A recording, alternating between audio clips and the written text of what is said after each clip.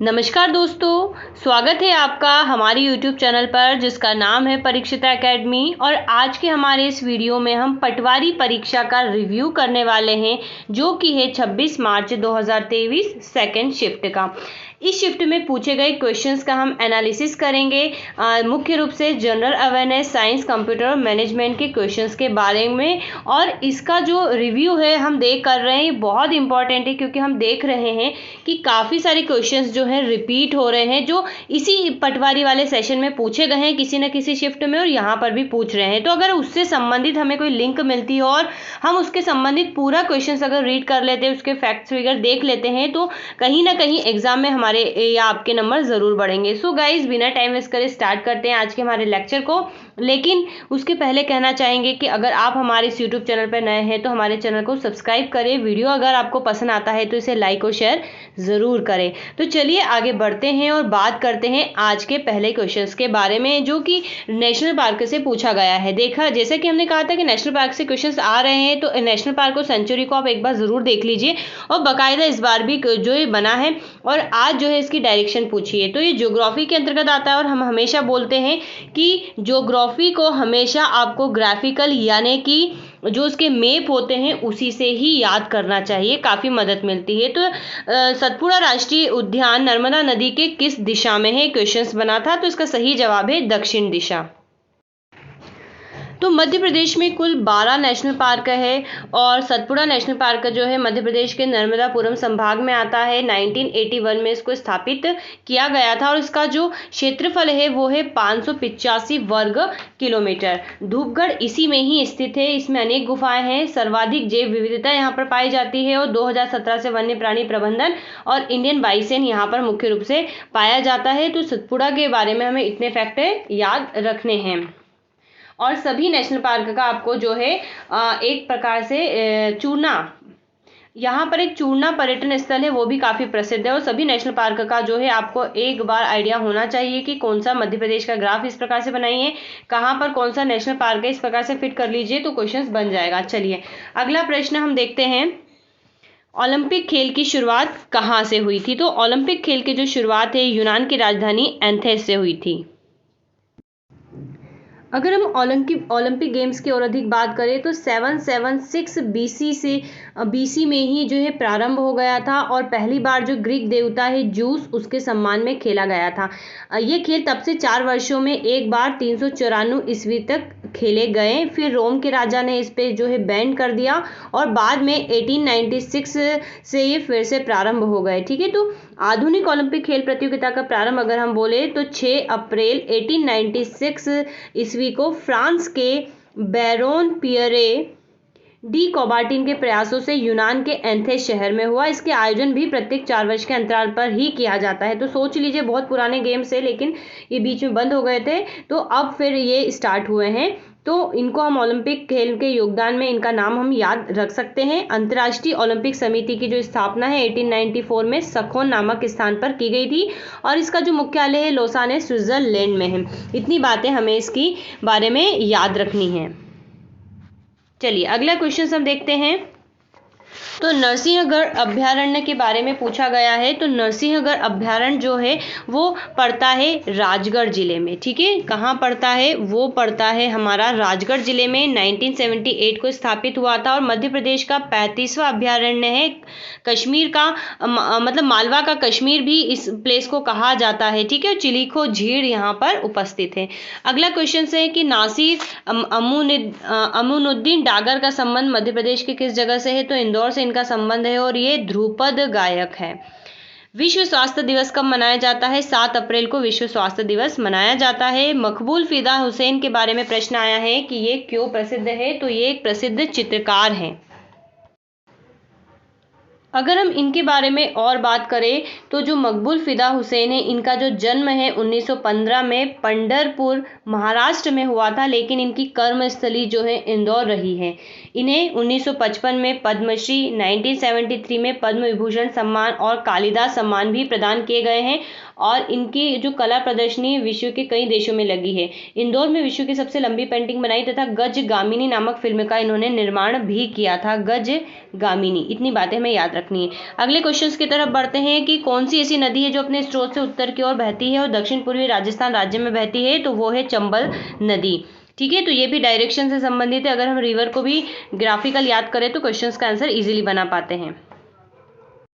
तो अगला क्वेश्चन है सेबी से रिलेटेड। सेबी से रिलेटेड एक और क्वेश्चन शिफ्ट में इससे पहले की शिफ्ट में पूछा गया था और आज पूछा गया है कि सेबी की स्थापना किस वैधानिक निकाय के रूप में हुई है। तो हम बता दें कि सेबी की जो स्थापना है 1988 में हुई थी, लेकिन इसको जो वैधानिक दर्जा है, स्टैट्यूटरी जो इसको दर्जा मिला था वो मिला था 30 जनवरी। तो यहाँ पर आंसर आएगा 30 जनवरी 1992 पी नरसिम्हा राव कमेटी की अनुशंसा पर। इसका हेडक्वार्टर जो है मुंबई में है और इसके प्रेसिडेंट आपको याद रखना है वर्तमान में। और ये जो कार्य है भारत में शेयर बाजार के समस्त नियम कानून को बनाती है और लागू करती है। तो इस प्रकार से इसका काम होता है। अगला क्वेश्चन था कि लोकसभा उपाध्यक्ष से संबंधित कोई प्रश्न था। ठीक है, फिर अगला क्वेश्चन पूछा गया है मध्य प्रदेश के रिस्पेक्ट में कि खजुराहो मंदिर का निर्माण कब हुआ था। तो जनरली खजुराहो के जो प्रसिद्ध मंदिर है चंदेल वंश के शासकों ने करवाया था, छतरपुर में पड़ता है और 950 से 1050 ईस्वी तक इसका जो है निर्माण कार्य हुआ था। मध्य प्रदेश भारत के किस भाग में स्थित है। तो ये मध्य में स्थित है, इसलिए इसका नाम मध्य प्रदेश है, जो कि पंडित जवाहरलाल नेहरू ने दिया था। अब यहाँ पर एक क्वेश्चन पूछा गया है खेड़ा आंदोलन से संबंधित। तो खेड़ा आंदोलन यानी कि यहाँ पर गांधी जी को फोकस किया गया है। तो अगर हम खेड़ा आंदोलन की बात करें तो मुख्य रूप से जो इसके नेतृत्व करता थे महात्मा गांधी जी थे और सरदार वल्लभ भाई पटेल ने भी इनकी मदद की थी। 1918 में हुआ था और मुख्य मुद्दा जो था अकाल के बावजूद किसानों से जबरदस्ती राजस्व की वसूली की जा रही थी, जिसलिए इनको आमंत्रित किया गया था और उन्होंने इस आंदोलन का नेतृत्व किया था और इसमें सफल हुए थे। ठीक है, गुजरात जो सरकार है उसके खिलाफ था। तो यहाँ पर गांधी जी के कुछ और भी हम जो है बहुत कम शब्दों में याद कर लेते हैं इनके आंदोलन। तो फर्स्ट जो प्रथम विश्व युद्ध चल रहा था 1914 से 1918 के बीच में हुआ था। इसमें गांधी जी के कुछ प्रमुख आंदोलन हुए थे देश में, जिसमें पहला है चंपारण आंदोलन जो कि 1917 में हुआ था। मुद्दा था नील आंदोलन की 3 कठिया पद्धति का। पंडित राजकुमार शुक्ल जो है इनको आमंत्रित करते हैं और गांधी जी का प्रथम सत्याग्रह माना जाता है चंपारण। ठीक है, और इससे ही सफलता के बाद टैगोर ने जो गांधी जी हैं उनको महात्मा की उपाधि दी थी, रविन्द्रनाथ टैगोर ने। इसके बाद दूसरा इनका आंदोलन था अहमदाबाद मिल मजदूरों का 1918 में। मुद्दा था प्लेग बोनस को लेकर।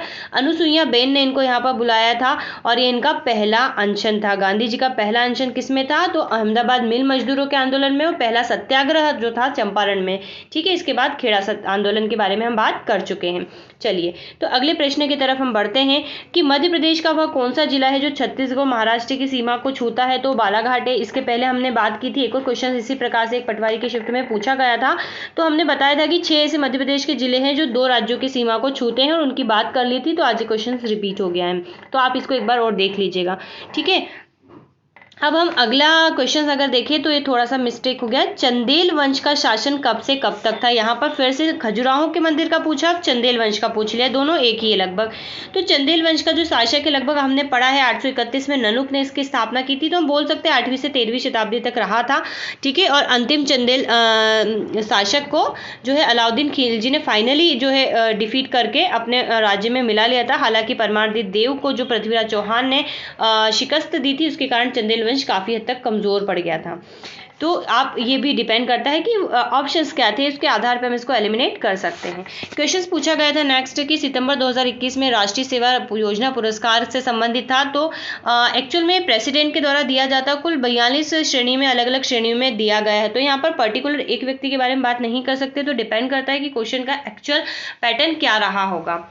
चलिए, नेक्स्ट क्वेश्चन है कि 2019 के आंकड़ों के अनुसार भारत में कितने राष्ट्रीय उद्यान हैं। तो भारत में टोटल जो है 104 नेशनल पार्क है। अगला प्रश्न पूछा गया है मध्य प्रदेश में आदिवासी विकास खंडों की संख्या कितनी है। तो वो है 89। तो अब इससे संबंधित सारे फैक्टर पढ़ लीजिएगा। चंबल संभाग में कौन सा जिला शामिल नहीं होता है, क्वेश्चन आया था। तो हमें ये पता है कि भिंड, मुरैना, श्योपुर जो 3 जिले हैं वो चंबल संभाग में आते हैं। अब इसके अलावा जो चौथा ऑप्शन होगा वो हमारा आंसर होगा। तो ये भी जो है ऑप्शंस पर डिपेंड कर रहा होगा। जनजाति से संबंधित कोई प्रश्न पूछा गया था, एक्यूरेट क्वेश्चन हमारे पास नहीं है।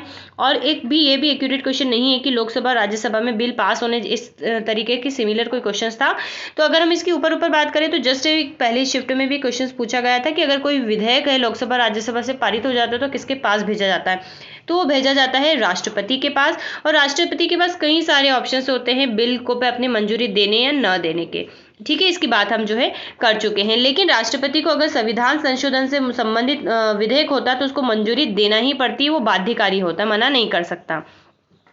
अब अगला क्वेश्चन यहाँ पर पूछा गया है कि मध्य प्रदेश जल निगम का गठन कब हुआ था? तो इसका सही उत्तर है 6 जून 2012 को हुआ था। तो ये जनरल अवेयरनेस के क्वेश्चंस थे। अब आइए बात करते हैं मुख्य रूप से साइंस के क्वेश्चंस की। बहुत सारे साइंस में भी लगभग 20-22 क्वेश्चंस थे, लेकिन यहाँ पर जो क्वेश्चंस एक्यूरेट हमको मिल पाए उसकी हम बात करते हैं।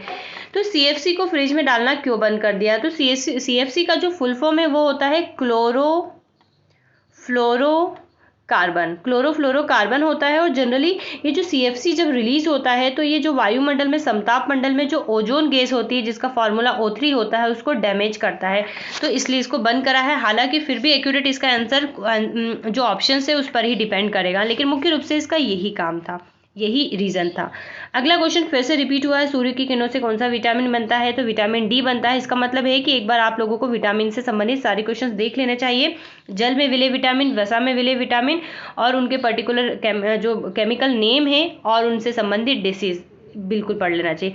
ओजोन परत से फिर से संबंधित एक क्वेश्चन आया था। तो ओजोन का फॉर्मूला जो होता है O3 होता है और ये समताप मंडल में पाई जाती है और पराबैंगनी किरणों को धरती पर आने से रोकती है।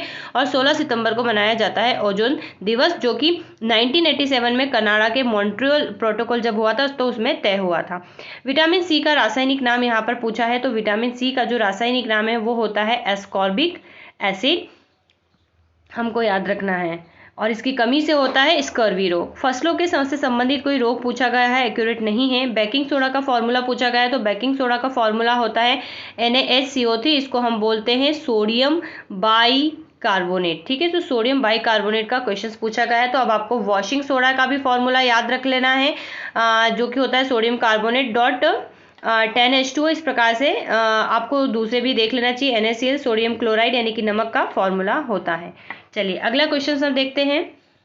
तो चांदी की चालकता से संबंधित कोई प्रश्न पूछा गया था, किस प्रकार से था? नहीं कह सकते। अग्निशमन यंत्र में किस गैस का उपयोग किया जाता है? तो कार्बन डाइऑक्साइड का किया जाता है। जो भी फायर एक्सटिंग्विशर्स होते हैं हॉस्पिटल, स्कूल, कॉलेज या हर जगह, हम हर बिल्डिंग में देख सकते हैं, तो उसमें बेसिकली CO2 होता है, क्योंकि जो आग लगती है तो वो ऑक्सीजन की प्रेजेंस में लगती है। तो ये क्या करता है, ऑक्सीजन सप्लाई को कट करने का काम करता है, जिससे आग बुझ जाती है, इसलिए CO2 का यूज करते हैं।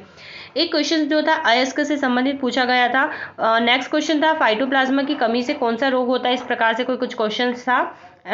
गीला कचरा कौन से कलर के डिब्बे में रखता है? तो हमें पता है कि हमारे यहाँ पर जो कचरा गाड़ी आती है वो एक होता है ग्रीन कलर का और एक होता है ब्लू कलर का। तो ग्रीन कलर का जो डिब्बा होता है उसमें ऑर्गेनिक सब्सटेंस डाले जाते हैं, यानी कि जो सब्जी भाजी या खाने पीने का जो चीज़ें होती है, वेस्ट प्रोडक्ट होता है, बेसिकली उसको गीला कचरा बोलते हैं। तो वो ग्रीन कलर के डिब्बे में डाला जाता है, ये इसका आंसर था। ब्लू कलर में जो दूसरे सब्सटेंस होते हैं, जो इनऑर्गेनिक होते हैं, जो डिकम्पोज इजीली नहीं होते, लाइक प्लास्टिक, पेपर वगैरह, वो इसमें डाला जाता है। चलिए एक क्वेश्चन, अब नेक्स्ट क्वेश्चन की हम बात करते हैं, जो कि पूछा गया है 3 मिथाइल ब्यूटेनॉल क्या है? तो यहाँ पर हो सकता है कि कुछ कंफ्यूजन भी हो। ब्यूटेनॉल हो सकता है, NOL ब्यूटेनॉल हो सकता है, ब्यूटेन हो सकता है। तो ये उस बात पर डिपेंड करता है कि एक्चुअल में यहाँ पर क्या लिखा था। लेकिन अगर हम इसी को सपोज करें तो ब्यूटेनॉल का मतलब होता है कि इसमें एल्डिहाइडी ग्रुप है। ब्यूटेन मतलब 4 कार्बन होते हैं और एल्डिहाइडी ग्रुप मतलब CHO होता है और 3 मिथेली फंक्शनल ग्रुप होता है। यहाँ से इसकी नंबरिंग होती है, तो यहाँ पर जो है मिथाइल ग्रुप लगा होगा, तो इसको बोलते हैं हम 3 डिग्री मिथाइल ब्यूटेनॉल। तो ये इसका फॉर्मूला होगा। ठीक है, अगर यहाँ पर मान लीजिए अल्कोहल होगा तो यहाँ पर फिर OH फंक्शनल ग्रुप जुड़ा होता।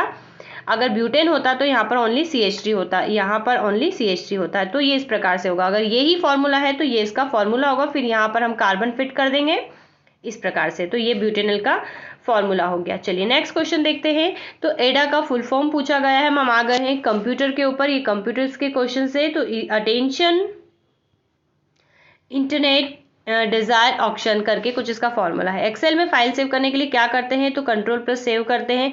स्प्रेडशीट में सारे पेज को एक साथ सिलेक्ट करने के लिए क्या करते हैं? तो ऑल पेज में कंट्रोल+O होगा।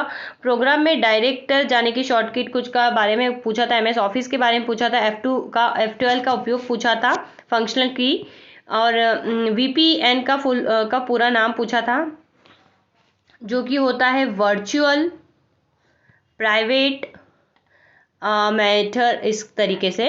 ठीक है, नेटवर्क, ठीक है, VPN नेटवर्क, XML किस प्रकार की लैंग्वेज है, कुछ इस प्रकार से क्वेश्चंस आया था। तो ये क्वेश्चंस पूछा गया था। अब हम बात करते हैं हिंदी की। तो हिंदी का हम यहाँ पर एक ही क्वेश्चंस बता रहे हैं क्योंकि बाकी ये सारी चीज़ें कॉमन है। क्वेश्चंस आया था डायरेक्टली जो हमको मिला है कि जिनमें वर्णों की गिनती होती है उसको क्या कहते हैं। तो जिनमें वर्णों की गिनती होती है उसको हम बोलते हैं वार्णिक छंद। और छंद के ऊपर हमने एक वीडियो बनाया हुआ है, हम बिल्कुल जो बनाया है हमने बहुत फैक्टफुल बनाया था, जो एग्जाम में पूछा जाता है और वही क्वेश्चन जनरली रिपीट हो रहे हैं। तो इस बात को पढ़ सकते हैं हम वहाँ पर जाकर। चलिए, अब मैनेजमेंट से संबंधित को और हिंदी के इसमें अलावा सब शुद्ध अशुद्ध वर्तनी पर्यायवाची विलोम अलंकार रस छंद वाक्य सब आ रहे हैं, तो अब देख सकते हैं। मैनेजमेंट की अगर हम बात करें तो नियंत्रण, व्यापार, विपणन, संगठन, कथन। कथन मतलब डेफिनेशन देते हुए पूछते हैं कि किसने दी है, इस प्रकार से क्वेश्चन आ रहे। स्टॉफिंग, विपणन, प्रबंधन, नियोजन और XY सिद्धांत जो है मैनेजमेंट में पूछा गया था। तो इतने क्वेश्चंस जो थे आज के हमारे मुख्य रूप से थे।